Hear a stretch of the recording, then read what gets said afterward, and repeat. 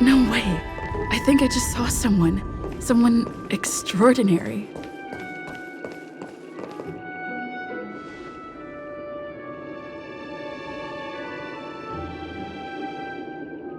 Are you a Knight of Beauty?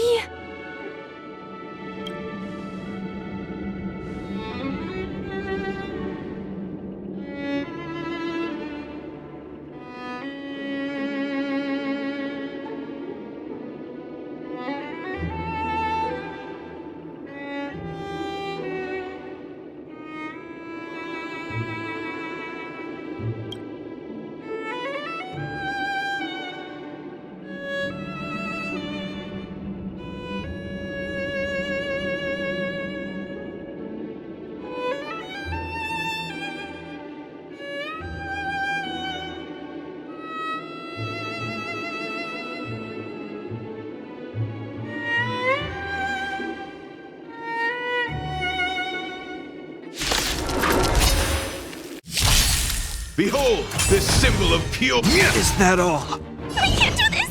Forward!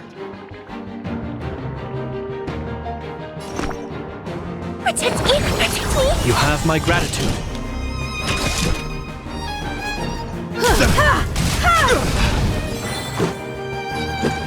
The flesh wound!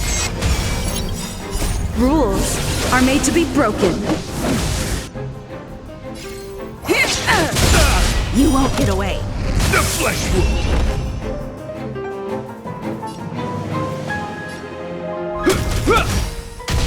Let the duel commence! Put forth all your might! In the name of Landau, a will forged in ice never falters! Pledged on loyalty! I'm gonna hold everyone back again! Give me strength! Much obliged.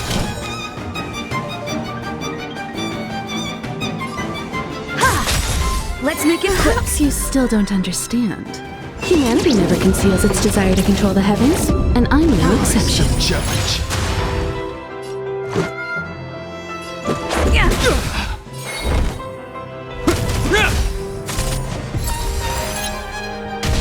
Bear witness to...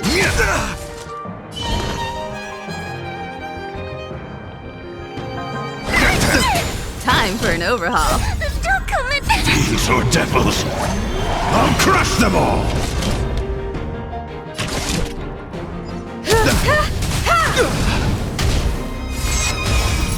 Let's go. You won't get away. Rise to the challenge! Rules are made to be broken. This ends here!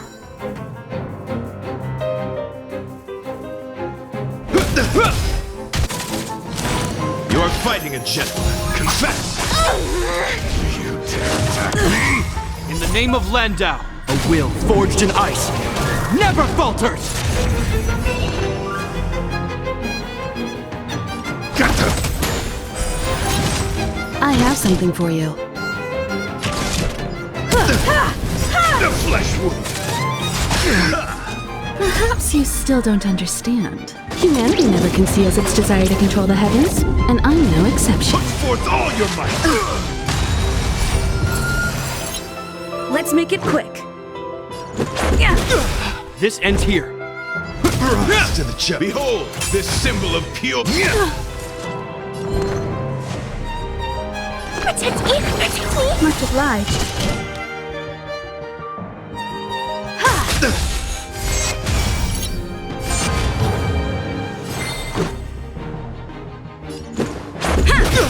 Let the duel commence! Put forth all your might!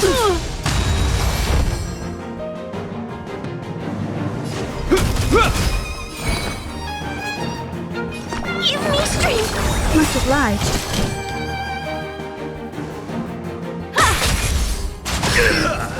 Pledged on loyalty! It'll deal! In the name of Landau, a will forged in ice never falters! They're still coming! Fiends or devils! I'll crush them all!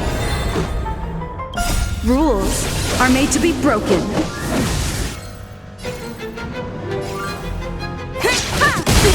You won't get away.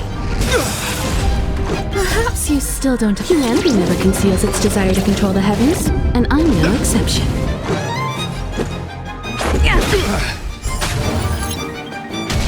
Bear witness to Hope you're prepared.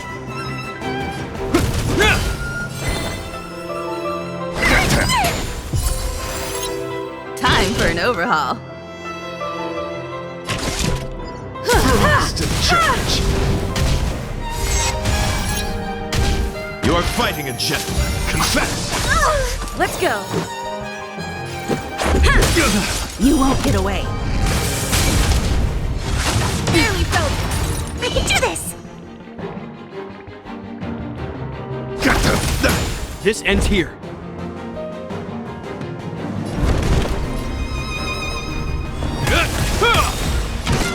In the name of Landau, a will forged in ice never falters!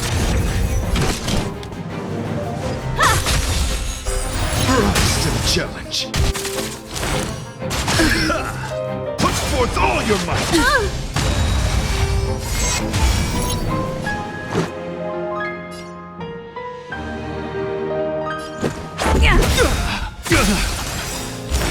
Behold, this symbol of pure beauty. Rules are made to be broken.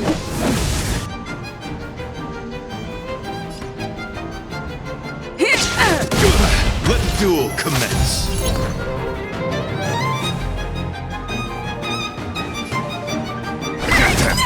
I have something for you.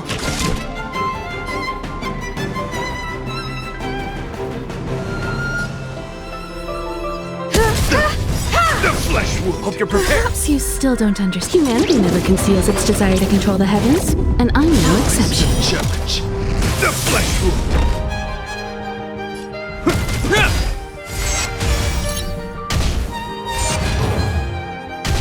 Pledge thine loyalty. Put forth all your might. Fiends or devils, I'll crush them all.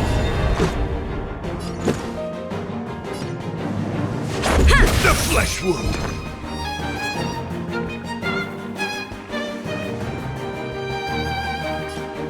Got them.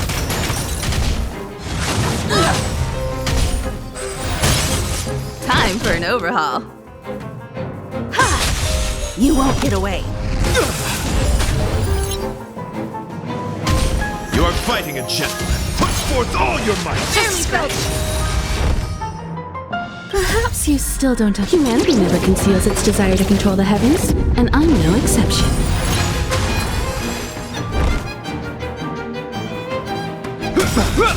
Let's make it In the quick. name of Landau, a will forged in ice never falters!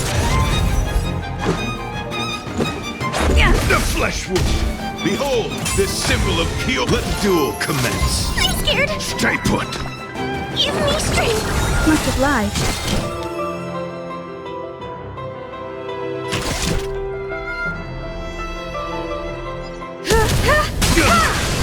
You won't get away.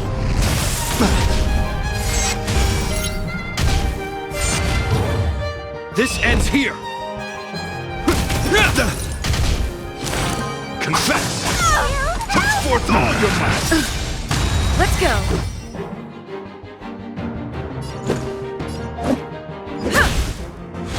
It'll take more than that. Rules are made to be broken.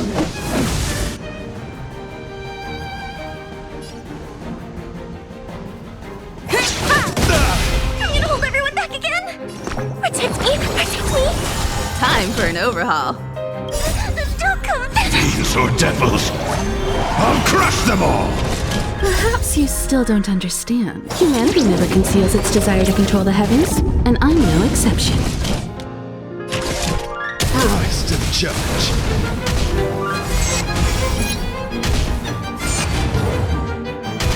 You are fighting a gentleman. Put forth all your might.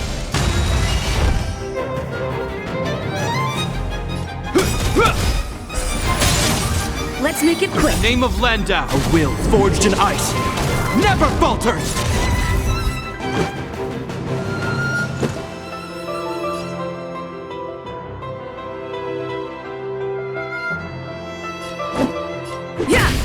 You won't get away.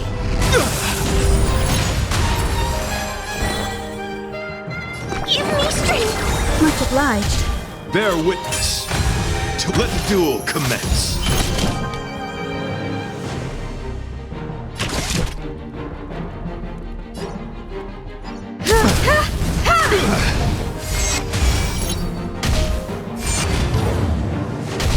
Pledge thine loyalty. Put forth all your might. Barely felt it.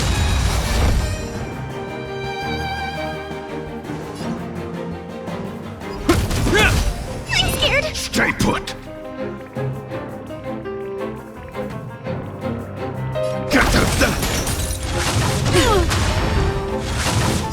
More than that. Perhaps you still don't understand. Humanity never conceals its desire to control the heavens, and I'm no exception.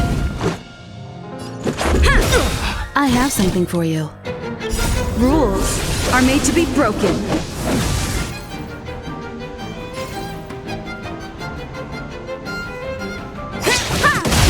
You won't get away. Don't come any closer. Fiends or devils, I'll crush them all!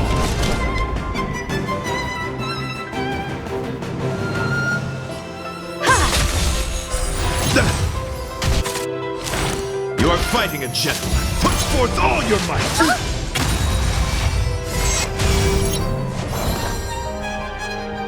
Protect me! Protect me! Much Hope you're prepared.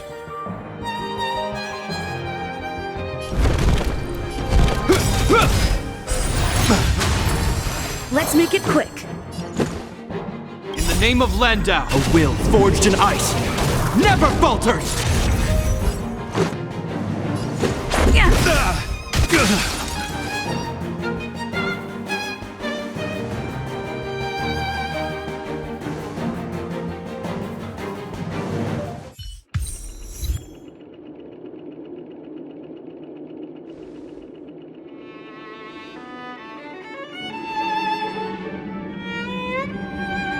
We don't have much time.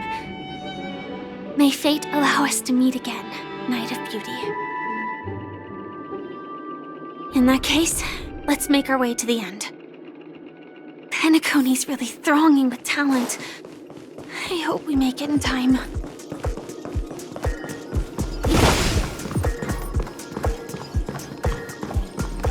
Keep at it.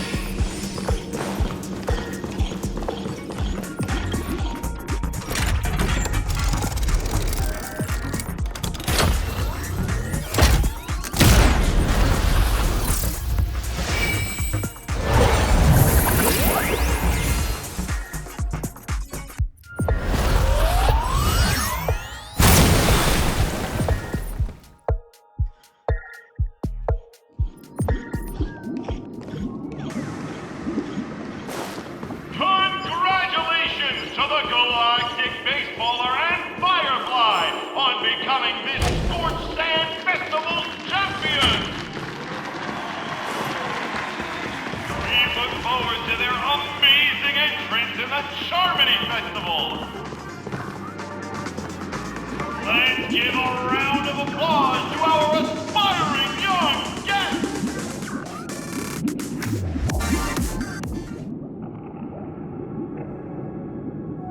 Congratulations to the both of you on becoming the festive superstars of this year's Charmony Festival. Before entering the Grand Theater, I, on behalf of the organizers, extend my sincere congratulations to you, wishing you joy under their radiance.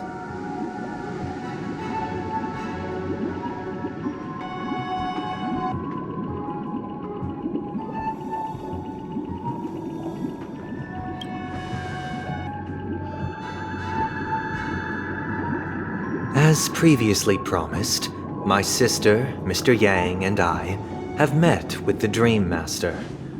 We delved into the truth about Penacony and its Stellaron, and have come to a consensus.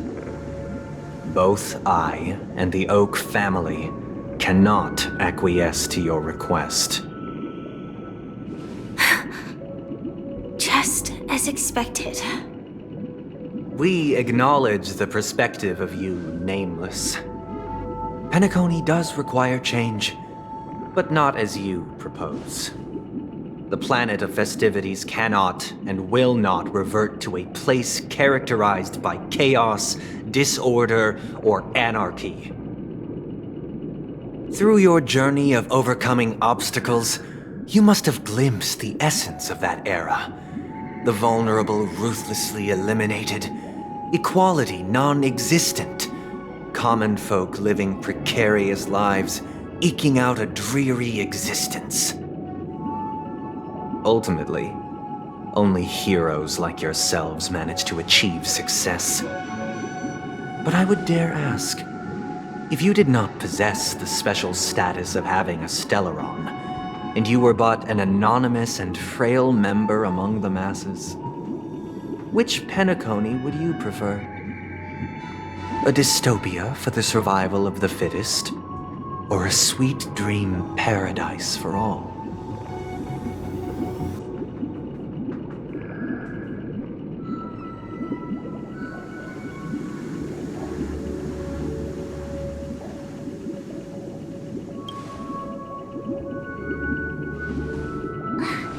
That's not the point!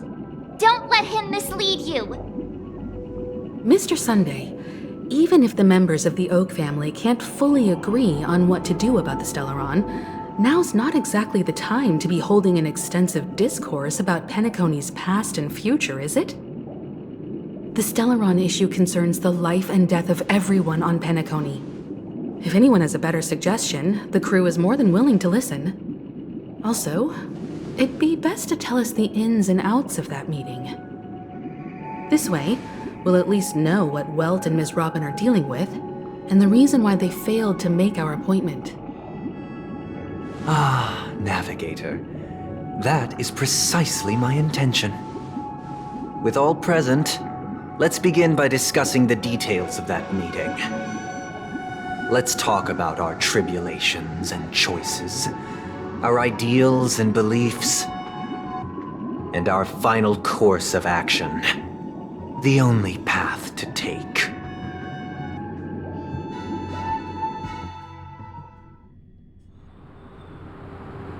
You mean to say that for the longest time, there have been scoundrels who would use the Charmony Festival that I have bequeathed to the masses as a tool to realize their ambition? Indeed, Dream Master. Once the Charmony Festival begins, the Stellaron's powers, along with the song, will be broadcast across the entire planet of Penacony. And then everyone in their dreams will be unable to awaken. This is indeed surprising to me. The dreamscape is maintained by the collective effort of the 5 families. If someone were to use the Charmony Festival to recklessly disseminate the power of the Stellaron, this individual must hold a position of great authority.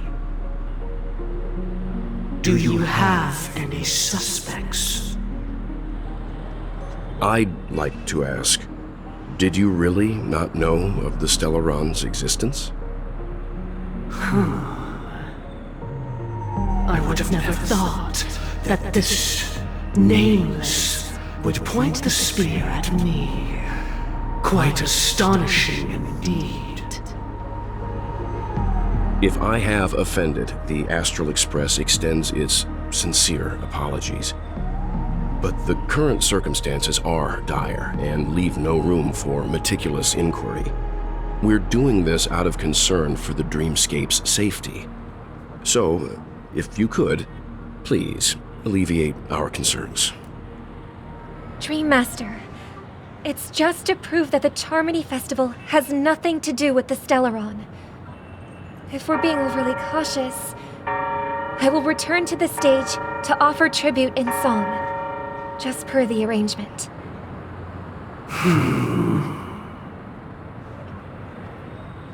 Sunday, Robin, I've watched you two grow up and know your dispositions like the back of my hand. Both of you, right now, can surely be lauded as their most devout advocates. I already know your resolve. The magnitude of this matter is enormous and cannot be taken lightly. Since Mr. Yang has asked with such earnestness, I will personally respond in kind. If there is a need, the entire Oak family will be mobilized to heed your call.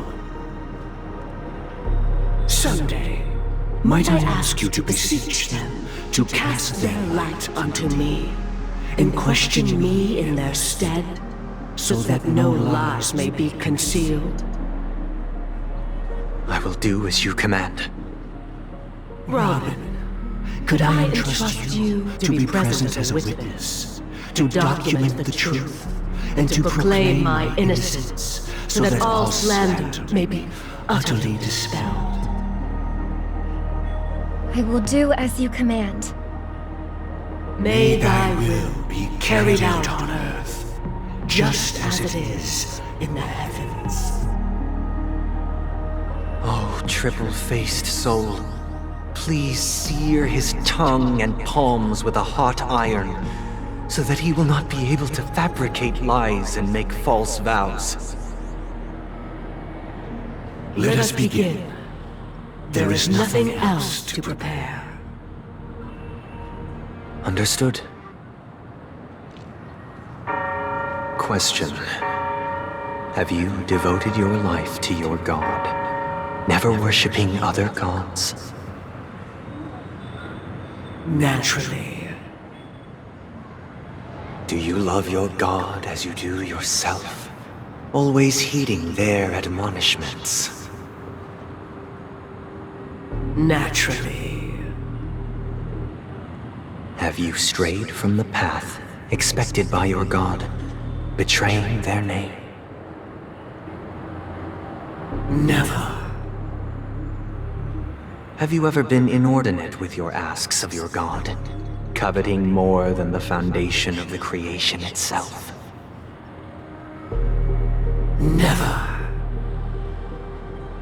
Then, a final question. Do you swear to fulfill all vows, past, present, and future? With the Eon as my witness, if I do not deliver on my words, or if I renege on my vows, may I be cursed in accordance with divine law. They have seen your faith, and have endorsed your faith. With this, it can be evidenced... Just a moment. What is it, Mr. Yang? I have another question I hope to have answered. To my understanding, the family's harmony and prosperity have never relied on so-called divine laws. The god you both mentioned, are they truly Shipe? Mr. Yang should know that those belonging to the family toil together as if they were kin, embracing solidarity and unity under their light. All duplicity is laid bare before the harmony. Such a delicate and complex symphony. Which other god could perfectly harmonize this, if not for the Great One, Shipe?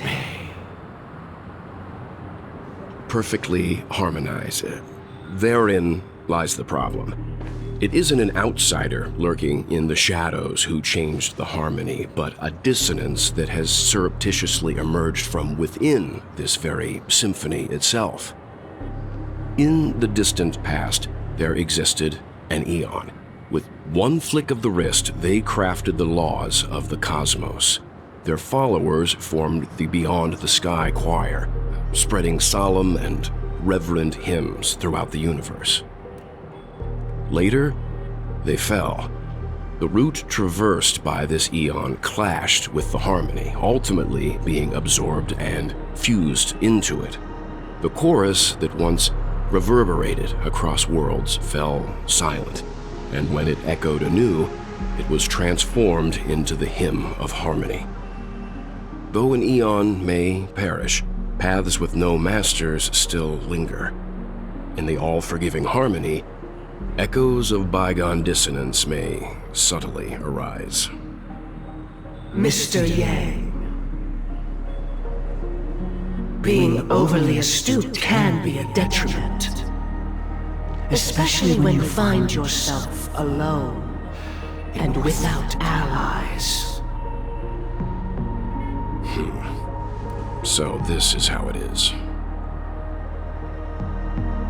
For the sake of our grand cause, Sunday, please afford these two an opportunity to rest. What?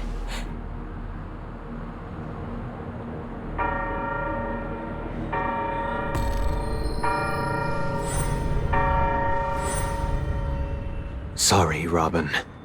It's just you. I did not wish for you to know this.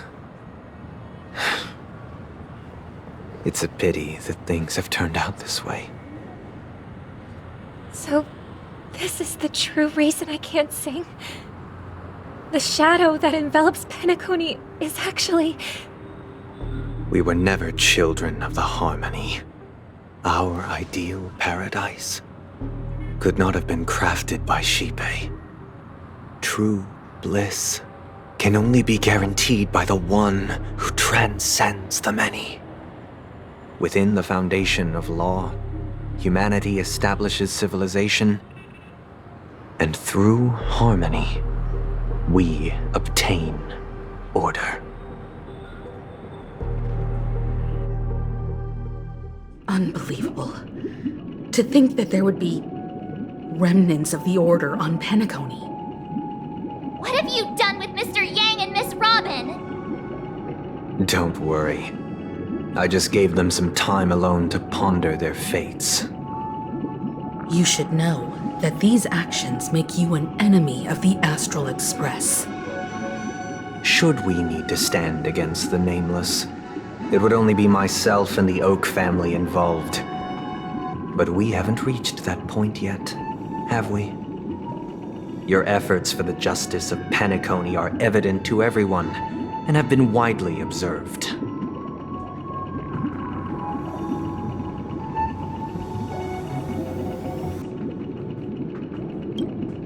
Smart kid. You're just as sharp as the other one.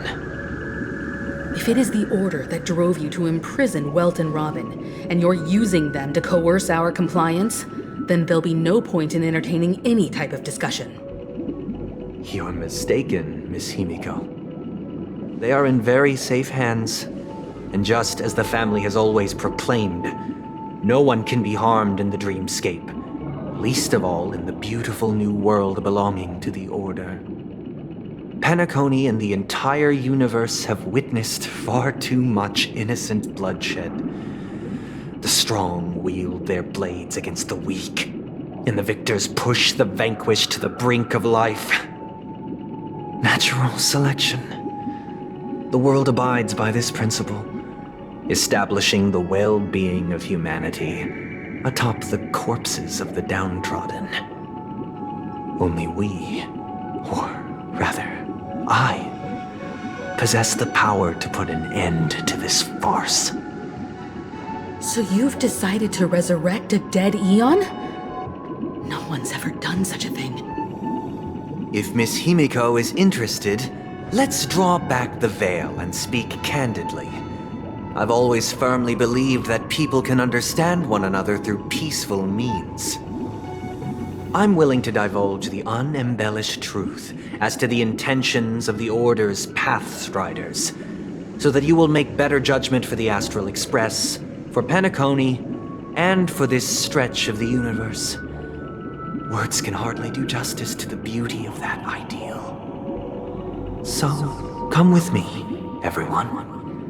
Let us retrace our steps and see once again where this road leads. Huh? Where'd he go? Welcome. This isn't any location in Penacony's dreamscape. It's my inner world. The reason the scenery before you remains unchanged is because your consciousness has drawn on similar concepts to fill in the gaps.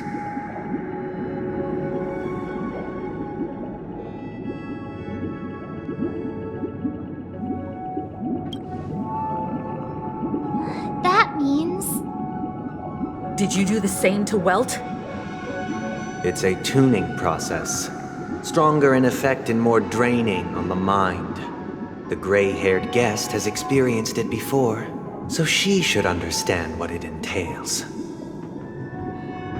Tuning allows you to intuitively grasp my feelings, which also means that I cannot hide anything from you. Now, everyone, please look at the huge screen. The road we once took begins here. From this point on, you will witness the numerous decisions I've faced. I've selected a portion of these to share with you. I believe after going through similar predicaments, you'll be able to better understand my thoughts. Let's begin. The first decision. A story about a baby bird.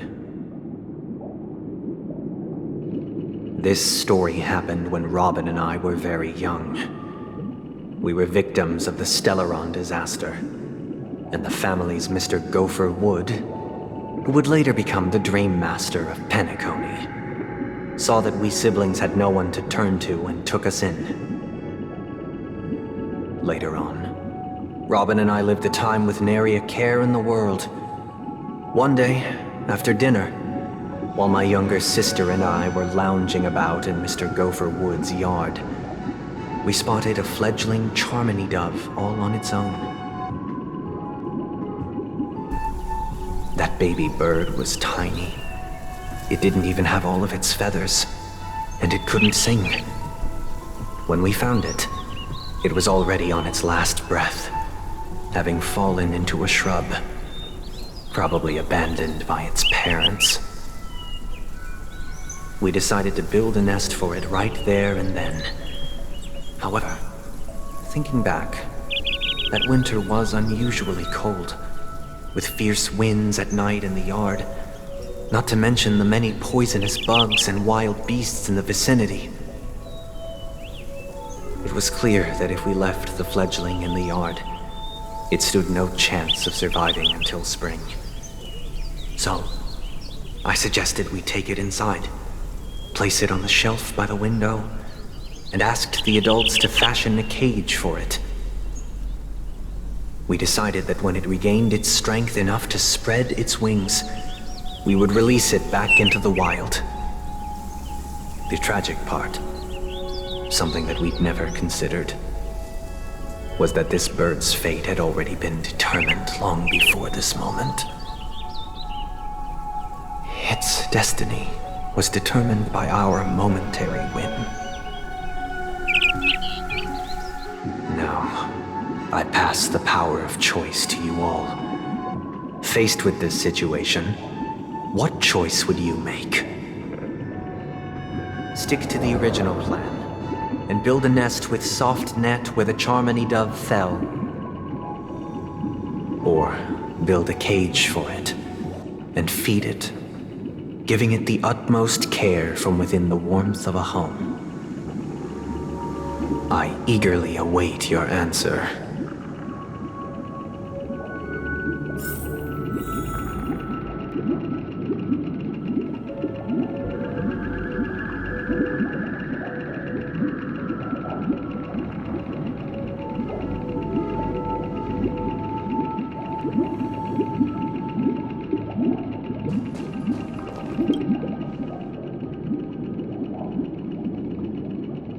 That guy just casually throws this kind of question at us? What exactly is his deal? But fine, I'll answer, I guess. If it were me, I guess I'd choose to build a cage for the little Charmony dove. After all, leaving it there it's bound to get hurt by wild animals or something. And that'd just be too sad.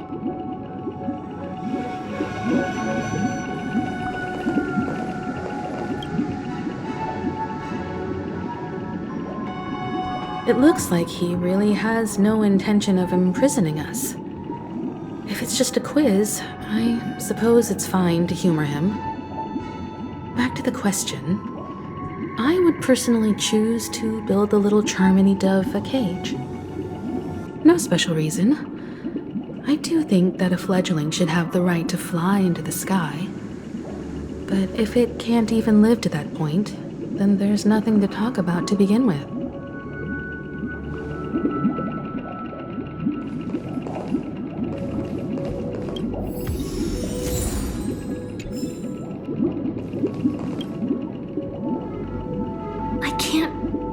For his intentions right now, but based solely on that question, I would probably choose to build that dove a cage. Even if I was gonna release it back into the sky, it'd have to be strong enough to fly first. If I left it where I found it, I fear it'd never get the chance to fly ever again.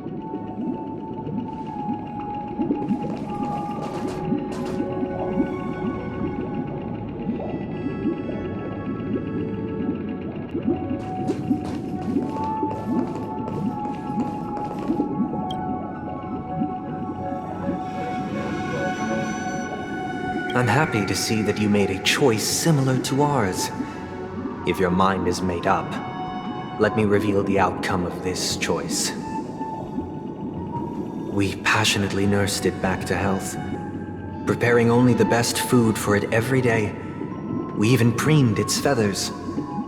Later, on the day that Robin left Penacony, we opened the cage door and let it fly back into the sky. I watched it for a long while by the window, probably about 3 or so days. In those 3 long days, the little Charmony dove tried again and again to spread its wings to fly into the sky, but fell to the ground, only to keep trying. Finally, on the 137th attempt, it succeeded. But its attempt did not go perfectly. After flying unsteadily for a while, it fell to the ground, unable to grasp the direction of the air currents. The fall shattered its wings. It writhed helplessly in my embrace. But it was all for naught, finally succumbing to a painful demise. And in that instant, our tender care, our given love and hopes, they all became the inevitable push that sent it to its death. I deeply regret the choices we made. Next, let us head to the second decision. This time, it's the story of a dream chaser. This story happened when I was appointed as Bronze Melodia, a position exclusive to the Oak family, charged with listening to the problems and vexations of Dreamscape residents and providing them with the relevant guidance. It was during that period that I had the opportunity to hear voices from all corners of the Dreamscape. Joy, sorrow, arrogance, regret.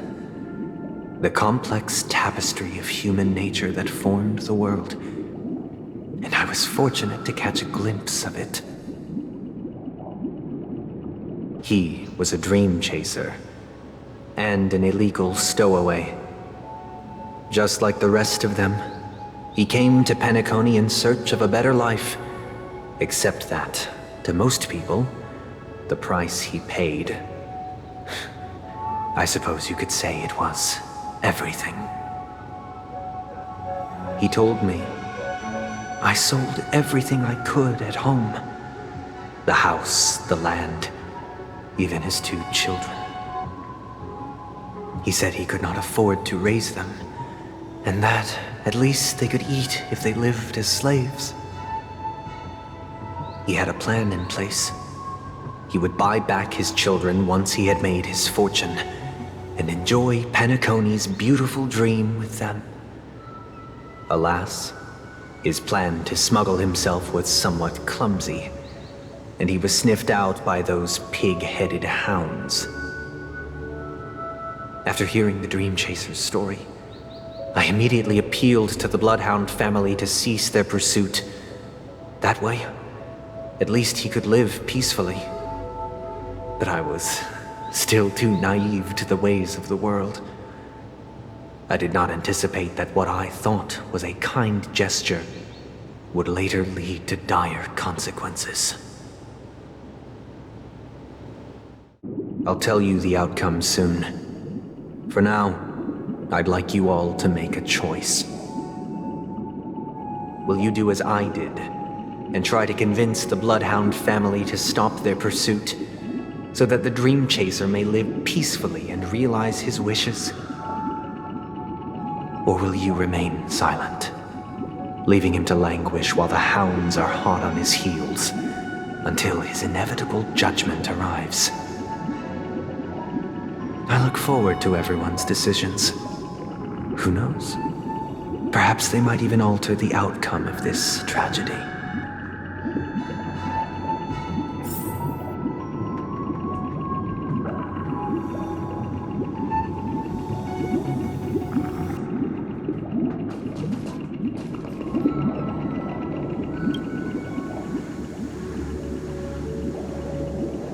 A Dream Chaser story. If I acted out of kindness, I would probably ask the Bloodhounds to stop their pursuit and lend him a hand. But what cruel repercussion would this choice result in? I think Sunday must have been deeply impressed by the limitations of the strong defending the weak through this incident.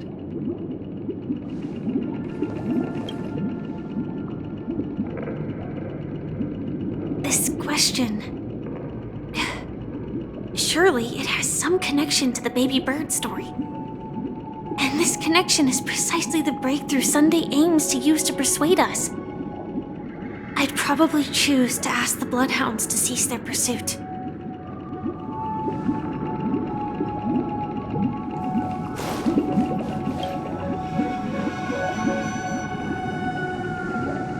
It seems illegal stowaways are really quite common on Penacony.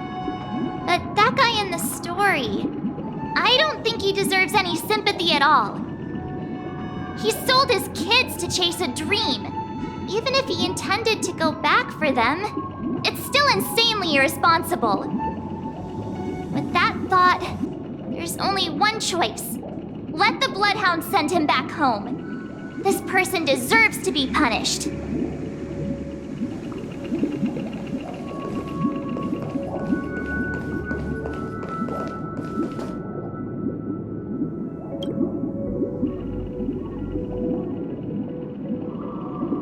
It seems you, like me, are pondering whether a different choice could have led to a better outcome. Sadly, his fate would only be more tragic.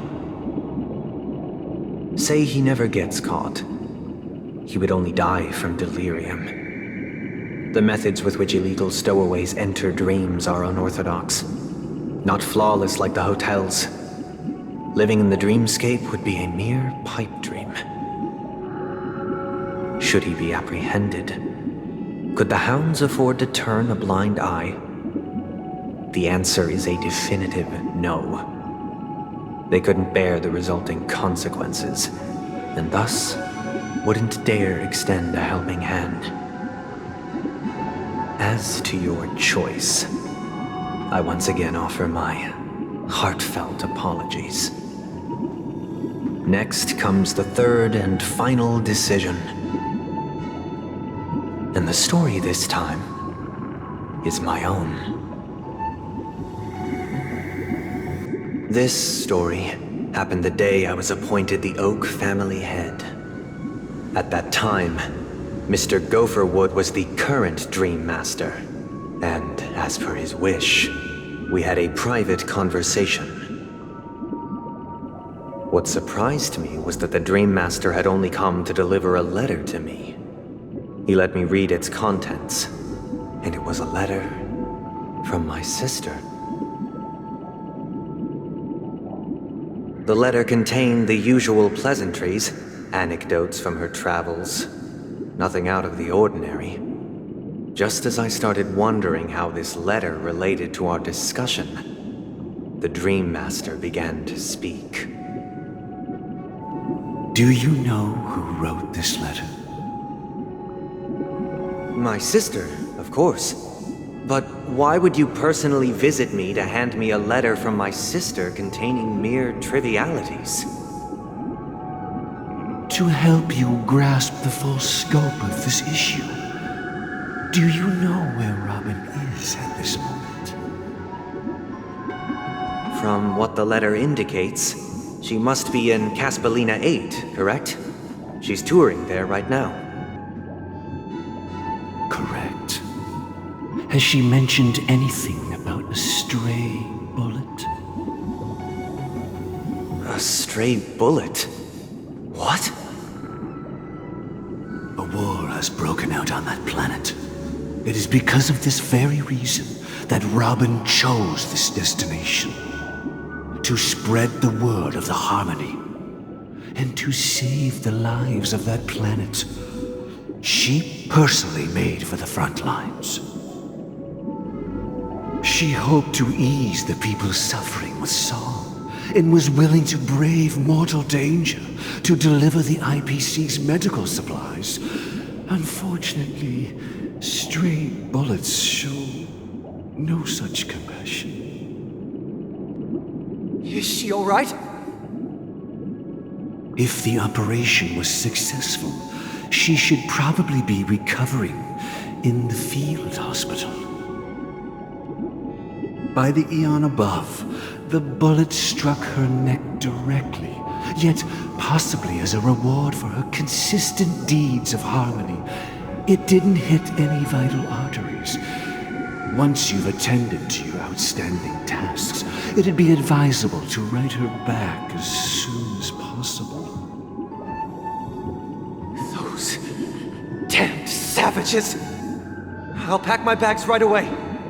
My gratitude for bringing this to my attention, Mr. Gopherwood. Now you understand why she always wears such elaborate neck ornaments, don't you? How could this happen? Miss Robin? It's all in the past, so please don't worry. I share this in the meager hope that you will understand the Harmony's limitations and predicament. As grandiose as the strong defending the weak sounds, many times, it is nothing more than wishful thinking. Likewise, I've prepared one last question, one last choice. But rest assured, this choice will not have any grave consequences. Because this is merely a figment of imagination, a nightmare that has haunted me through countless nights. If you ever had the opportunity to make a choice like I did, would you still support Robin's journey on the path of harmony?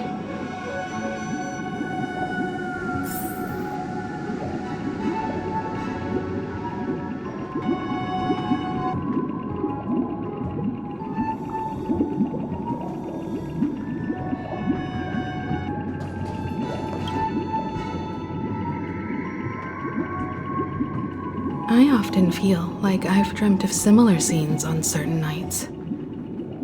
In the dream, I see blurry faces. I don't know who they are, but I sympathize with all of them, fighting for survival against some unfathomable force.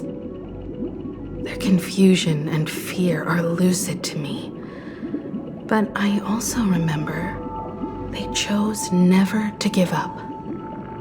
Just like Miss Robin. If Mr. Sunday's question leaves you puzzled. You should find the answer from your own experiences. With each trailblaze, dangers and tribulations will surely follow. But would you ever back away? Would you stop March and Don Hung from reaching their next destination? I believe you have an answer of your own in your heart.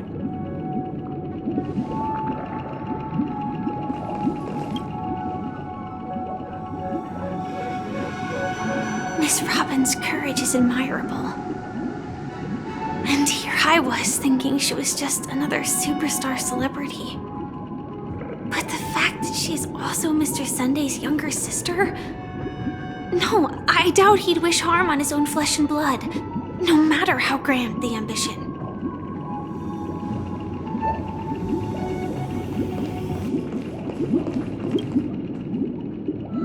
I can't believe that happened to Miss Robin. The strong defending the weak is a great mantra, but if I had to pay such a price, I don't know what I'd do.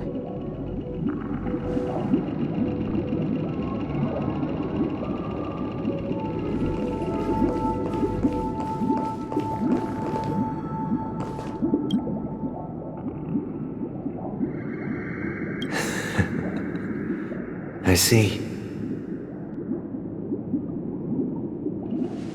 I am now aware of everyone's stances.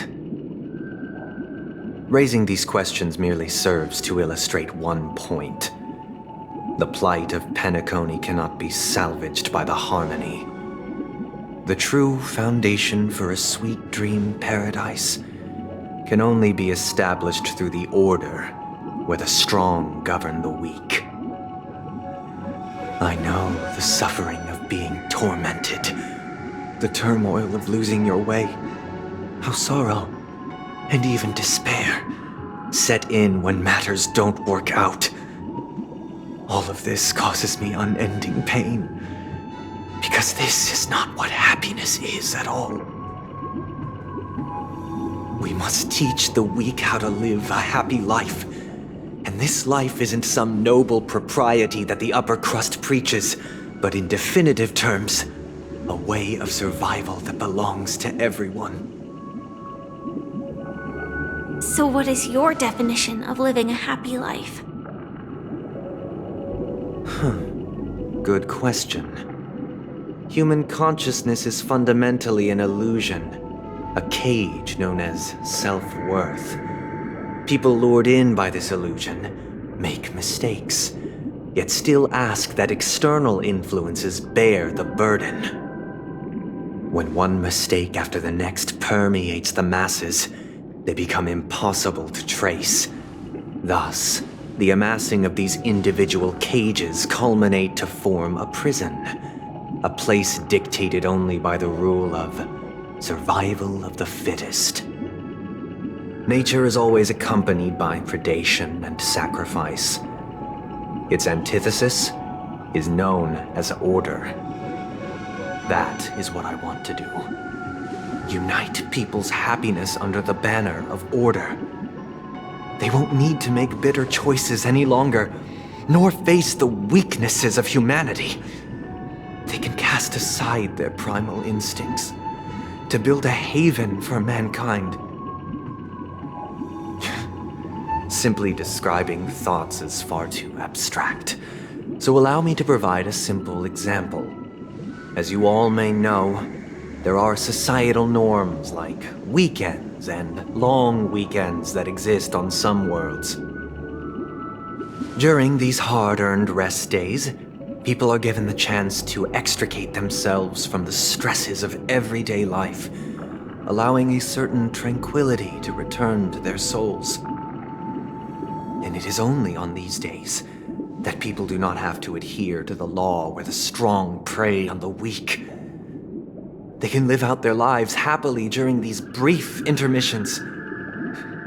It's just a pity that 2 or 3 days are still too fleeting compared to the span of a lifetime. From where I stand, society's ideal system should be 7 rest days. Following Sunday, there should ensue a second, a third, and indeed an infinite procession of Sundays. This should be the face of the new world. Idyllic, eternal, peaceful days. And thus, every person can return to their base selves in this utopia.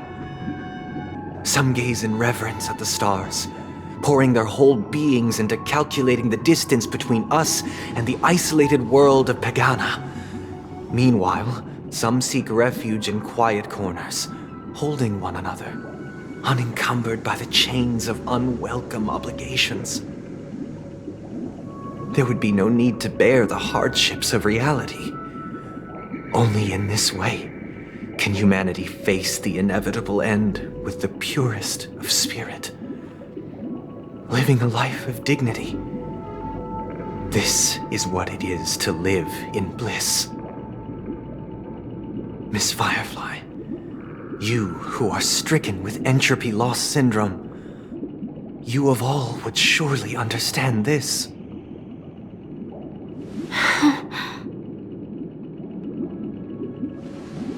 It sounds like a flawless theory.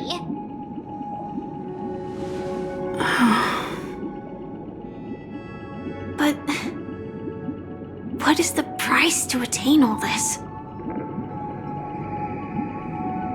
The cost is minute, merely a personal and eternal sacrifice. If this paradise is to be maintained for everyone, someone must remain trapped in solitary awakening until the end of the cosmos. Awakening. Which means that this so-called paradise is still a dream. Stepping into this paradise means forsaking reality, correct?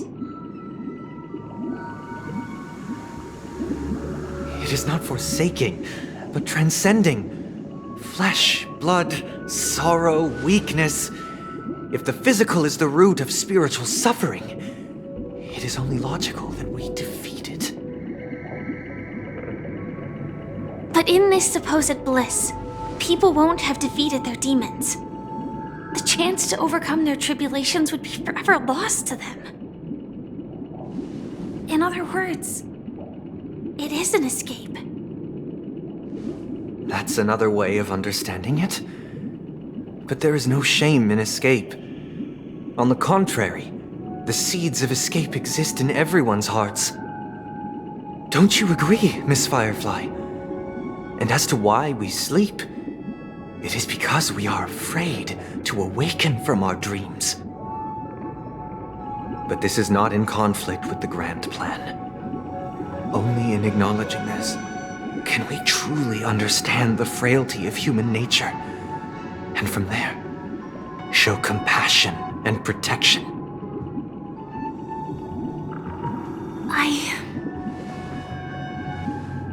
I admit that you are a born leader.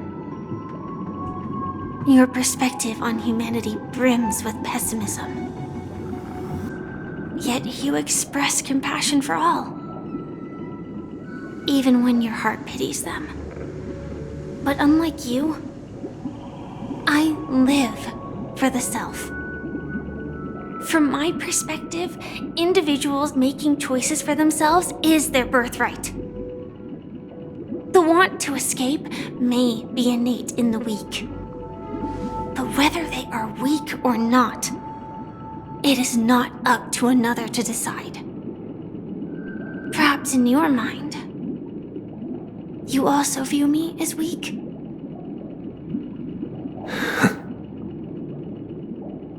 Because I don't think so.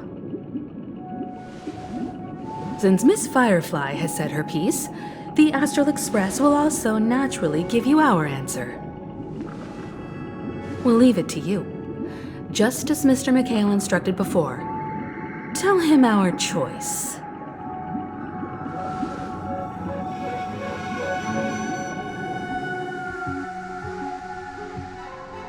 What is this place? Does this place ring any bells, Misha?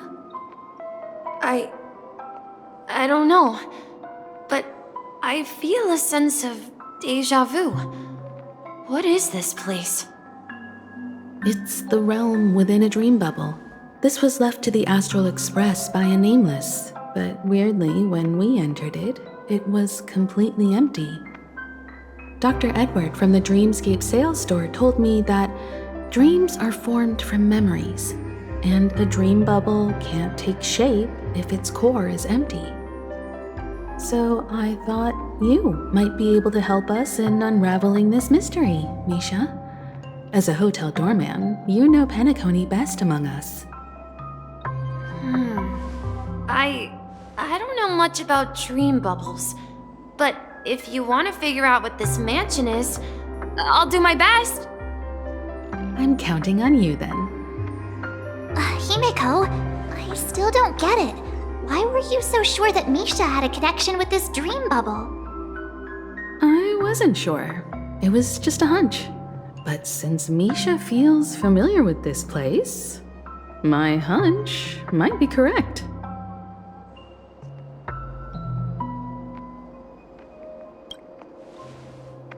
Exactly. This is where you and Firefly encountered death, which we now know as dormancy. Considering its connection to Dreamflux Reef, it's not surprising it appeared here. The question now is, who brought you here? Based on the clues we have so far, it's unlikely to be that masked fool, so identifying them is crucial to us. We're drawing closer to the truth once more. Let's give Misha some time, as I believe he'll unveil the secret of this dream bubble. All right, but there are doors all over the place. Which one should we choose? Do you have any idea, Misha? I guess... maybe this way?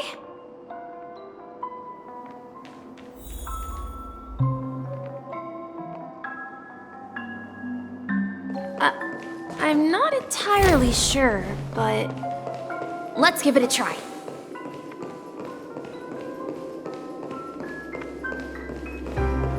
Wait, you managed to choose the right... Weird. This place is quite different from the hotel. But I feel like I've been here before, and even lived here for a while. If I remember correctly, there should be a fireplace down that hallway. Clocky and I used to sit by the fire, listening to the crackling of firewood. And the room on the other side was the toy room. I loved spreading out all the toys from the box on the floor and making up stories for each of them. Hold on. This doesn't make sense. Didn't I grow up in Dreamflux Reef? So, what is this place? This could be a case of amnesia. Don't worry, Misha. It's common for everyone to forget certain aspects of the past. Those memories haven't vanished. They're just lying in the depths of your mind. We can surely get them back. Since this place seems familiar to you, why don't we explore a few more rooms and see if you can recall anything more? Yeah, then let's check out the rooms I just mentioned.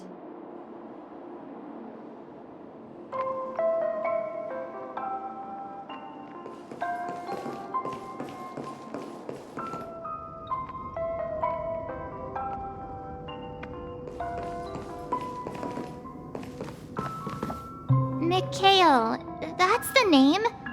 Now we all know him as the Watchmaker. So, who is he talking to? Do you know anything about it, Misha? I'm sorry, I don't know much about the Watchmaker. But, Mikhail... Anything special about that name? Mikhail is Grandpa's name. Grandpa? Do you mean you're the Watchmaker's grandson? But We haven't heard anything about the watchmaker having descendants. And the name Mikhail is not rare. Perhaps it's merely a coincidence. Could you tell us more about your grandpa, Mikhail? Yeah, sure. He was a seafarer who fearlessly ventured into mysterious seas and storms. He was always on the sea and had lots of friends who accompanied him on his travels. He didn't want me to call him Grandpa because that would make him sound old. He believed he was still young. The name Mikhail was given to him by his parents, Mihaly and Elise, both renowned seafarers. Every time he came back, he'd share his logbook with me and tell me about his adventures at sea. I want to become a great adventurer, just like him. It appears that the seafarer has nothing to do with the watchmaker. So, perhaps it's just a coincidence? So, where is your grandpa now? He went off on a new journey, and it's been quite a while since I last saw him. So, where has Clonky gone? Did he leave to protect Dreamville?